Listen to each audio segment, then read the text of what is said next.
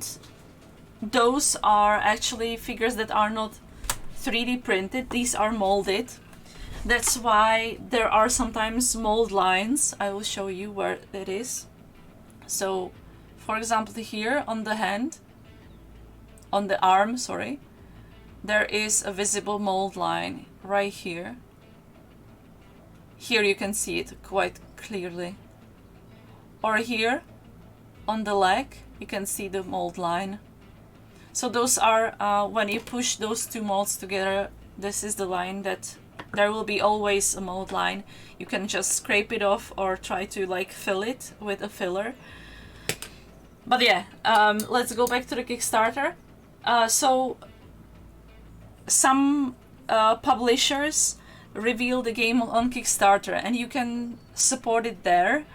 But you then have to wait like 2 years because they have to manufacture it, they have to deliver it to you and such.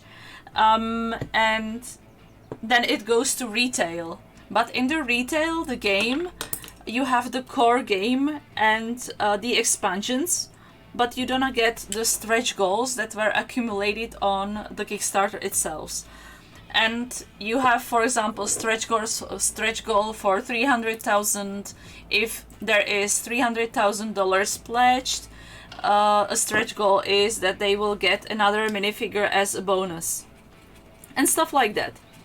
So it really pays off to support the game on Kickstarter because you get, for example, 20 figures on top of what you get in retail, and you can get some playable elements.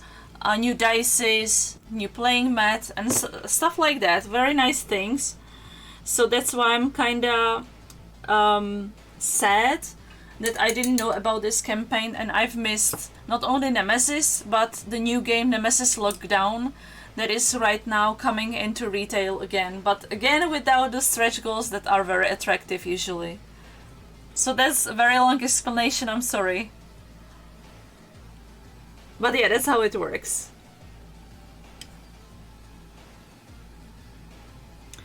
The big advantage of the retail, though, is that you don't have to pay a big amount of money for shipping, because you usually get it from a local distributor, which is a plus. Because you pay local shipping.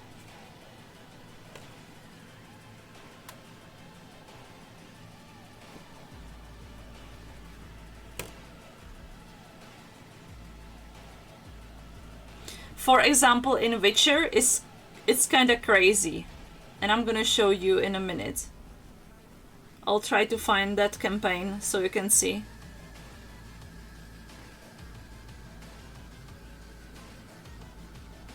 How crazy stretch goals there are.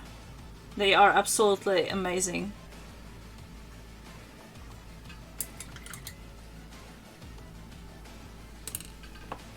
So let's switch to just face.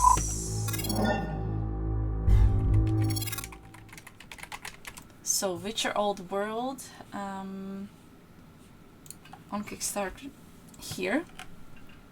So here you can see on Kickstarter you can actually pledge, and here is what you get if you pledge a certain amount. So if I'm explaining that to you and you know that, I'm sorry. Ahoy Ispiler Gameplay, hello.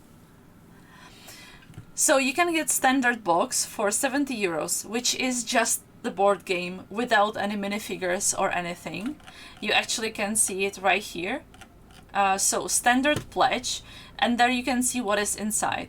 But if you want miniatures, you have to pledge 125 to get the deluxe box with all these minis. Then you have the option to get gameplay all in, which means that you will get deluxe edition of the core game plus all the expansions. And then 280 is all in, which means you get deluxe box of the core game, all the expansions,